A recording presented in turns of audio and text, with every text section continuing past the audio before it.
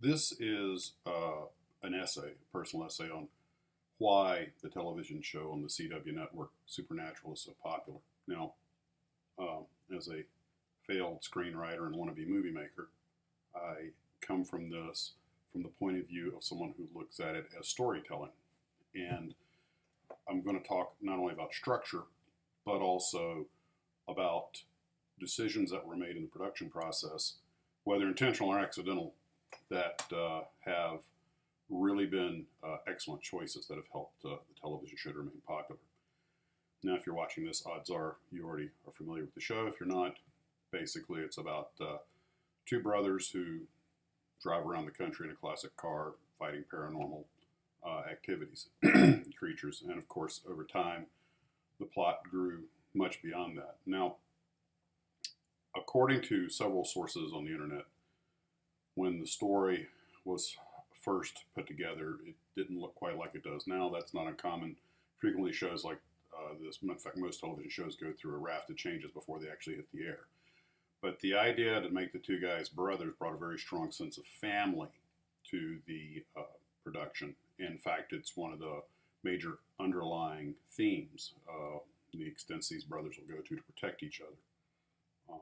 And in fact, sometimes rather insane levels of self-sacrifice, and often the sacrifice of third parties who didn't get a choice in the matter. But that actually winds up adding strength to the story.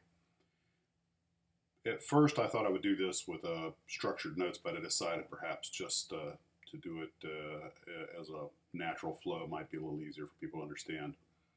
The two characters, which are played by Jared Padalecki and Jensen Ackles, first off, it helps that they have somewhat of a family physical resemblance, so that they look like they could be brothers. And but they're very much yin and yang.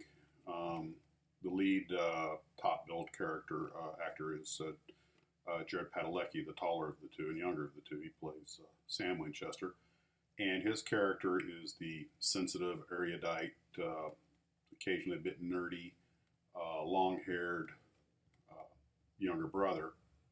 And Jensen Ackles plays his older brother, who's always had to be sort of a second father to him because of their often absentee dad. This, of course, makes for a very strong bond beyond the normal brotherly bond. But the differences in the characters. Sam, the younger brother, is more sensitive, better read, more erudite. He wanted to be a lawyer. The older brother, Dean, played by Jensen Ackles, is more like the father. The father's character is a former Marine Vietnam veteran, and his eldest son, Dean, is always the good soldier, did what dad said. And this is even reflected in how they dress and down to the guns they carry. Since they're often fighting paranormal activity, they frequently have to be armed. Dean carries what is probably his father's former military pistol, or one like it. It's a Colt 1911 45. It's tricked out a little bit. It's either chromed or satin finished with engraving. It has what appear to be pearl or ivory, I believe ivory grips on it. And the reflects kind of the old world, the old military world of his father. Whereas the younger brother Sam carries a Taurus 9mm, which is more reflective of his more modern nature. The car they drive around in was an excellent choice. It has become a signature character in its own right, and it's a 1967 four-door Impala hardtop, not a sedan. It normally isn't what you think when you think of a sports car, but actually Impalas, depending on how they were tricked out, were legitimate muscle cars. And this car, black with a buckskin interior, really has a very balanced look. And being a large four-door sedan, it's actually very practical because the trunk is full of all kinds of weapons and ordnance they need to fight the big bad of the week. And the car was their father's, and it was the family car. And Dean's tricked it out over time. And I believe the hero car from the series has like a 502 cubic inch displaced engine, so it is a true muscle car. And in fact, it's become so popular in its own right that many fans have made replicas of the car, some of which have actually been used in the show. And to the point that now a real world impact of the show is if you're a car restorer, go out and try and find a 67 four-door hardtop Impala. They're pretty much not out there, and if you've even got the body and frame of one, somebody wants $5,000 for it. Such has been the impact of that car in the car community and in the pop culture. It even has its own name. Fans call it Metallic Car, but in the television show, Dean, who effectively owns the car now, calls it Baby. In fact, it has been the subject of 2 episodes in its own right, one of which was called Baby, which was an episode seen from the point of view of the car. Very interesting episode. But back to the show. Now, what makes the show popular is, in my humble opinion, its wide appeal. First off, it's strong storytelling. The show is very good about doing a couple of serious episodes, some funny episodes. I believe they have a pattern that they follow, but it keeps the show for viewers from burning out. It's not just some series. It's just always dark and always moody. And this show has episodes like that, but they're broken up with very lighthearted episodes. And once you just get to know the characters, the relationship between them, some of the stuff is hilarious. I don't care who you are. There is humor in there for everybody. And a lot of popular culture references, which keep the show, since most people who watch the show, it is part of the pop culture and people who are savvy to the pop culture. So a lot of the things like old movie references, Star Trek references, science fiction references, things like that, even historical references, they keep throwing them out there with just enough regularity to keep your interest. Now, of course, since obviously the 2 protagonists are literally movie stars or television stars, so they have what the classic movie star good looks. So, of course, there's something there for people who are looking to watch a couple of beautiful guys romp around on stage. Personally, I'm there for the car.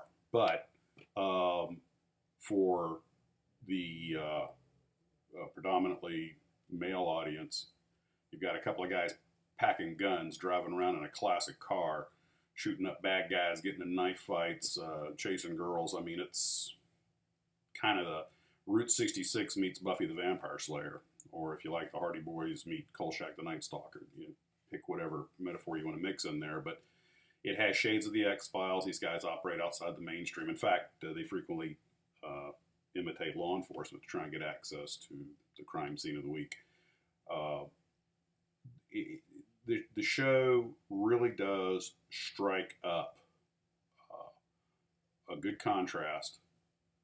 And another thing that is done that is very important that goes right into the contrast issue is that they bring in semi-regular and sometimes regular characters for several seasons, but no one's sacred. They've gotten rid of longtime cast members. They've killed. I don't want to spoil it, so I won't say who, but sort of like in the vein of Game of Thrones or The Walking Dead, no one is safe, no one is sacred, and that keeps the show interesting. A lot of the ancillary characters they've created, they've fleshed out very well, and it has a lot of strong female characters. One of the reasons I think that the show has stayed so popular and it has a huge female audience, and you'd think if I told you there's going to be a television show about 2 guys packing guns, running around in a classic muscle car fighting demons, you wouldn't think that that would be a show that would appeal to girls. But actually, it does very much. And not only because it's got 2 good-looking young guys, but also because it has a lot of very, very strong female characters. And these are characters who are strong without sacrificing femininity. They come across as feminine, but strong-willed, sometimes even physically strong, depending on the nature of the character. And they're all very interesting characters. Felicia Day played a character they called Charlie, who, because of the nature of the show, she got to play Charlie as several different kinds of characters, and they were all interesting in their own right, and they kind of wore who they were on their sleeve, very upfront and honest. And they had Emily Swallow for a season playing the Darkness, Amara, God's sister, and she was equal to God in power. And Rob Benedict, the actor that played Chuck, turned out later was God, spoiler alert, that a little bit too late, could not have been more different than her. It just, the whole thing had such a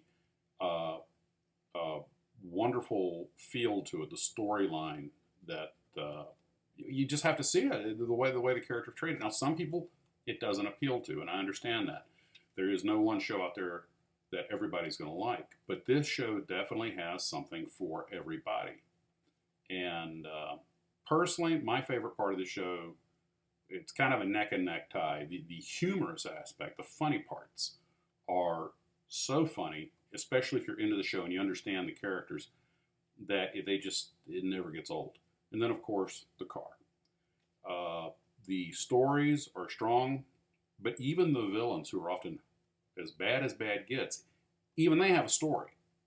They tend to avoid the simple one-dimensional villain for the sake of being villain. In fact, the ultimate villain, the King of Hell, Crowley, played by Mark A. Shepard, has become a season regular. He's now part of the permanent cast, as is Misha Collins' character Castiel, who I think was only supposed to be in for one season. But these characters were so well portrayed by the actors that the fans are like, oh, this is guy. And the producers of the shows are very sensitive to what the fans want, and that helps. They see a character that's popular, they keep him in there. And one of the beauties of the show, of course, is since it's called Supernatural, things that are dead don't necessarily have to stay dead. So even if you lose a favorite character, they may recur at some point in some other form. The show has done some time travel episodes, which were a lot of fun. And they've, of course, afterlife episodes. And I think one reason that the show is popular is because religious people can watch it without feeling offended, because it affirms God and heaven and hell and the traditional belief structure about the afterlife without preaching. And for those who don't believe, that's okay, because it has its own mythology that goes beyond all that. So no one gets insulted by the show. Also, I might add, the characters don't judge. So some of the characters have what I believe today we would refer to as alternative lifestyles, and no one cares. So there's no moralizing on those things. The show only moralizes on deeds. You do bad things happen. And most people can agree on that, because the bad things are pretty much stuff anyone would consider universally bad. The writing staff has done a great job. The creator, Eric Kripke, I think this is a bit of a departure from what he originally envisioned, but he did come up with a solid platform for the producers to bring to the screen. And one episode where they cross into another dimension, where they actually, instead of being the characters of the show, they're actually the actors portraying the characters, which I think is a fan favorite episode. I think they kind of did that episode for the fans. That's one of the funniest ones out there. But they even mock Kripke and Robert Singer and the people who put the show together. I mean, anybody that can poke fun at themselves like that, not take themselves too seriously, it helps. I believe it helps to show why they put out such a good product. And one other thing, this will be my final thought. The two protagonist actors, Padalecki and Ackles, from what I can glean just from reading on the internet, they actually have a very good off-screen rapport, and it transitions into the show. You can tell these two guys get along, and they work together very well. There's a natural chemistry there that can't be forced, and that may be the single thing that's really propelled the show this far. And I would love to sit in on a writing session with the writers, because like every other fan out there, I've got 10,000 ideas of things they can do. I'm sure they are not hurting for ideas, because by the nature of the show, there's just so much they can do. But anyway, I hope that it helps to explain why the show is so popular. And hats off to the guys, the entire cast and crew, to everyone who brings that show to the screen, and to the CW for keeping it on the air. And we wish you guys, they've entered their 12th season, so here's to wishing you guys 12 more seasons of good entertainment. Thanks for the hard work, and see you out in TV land.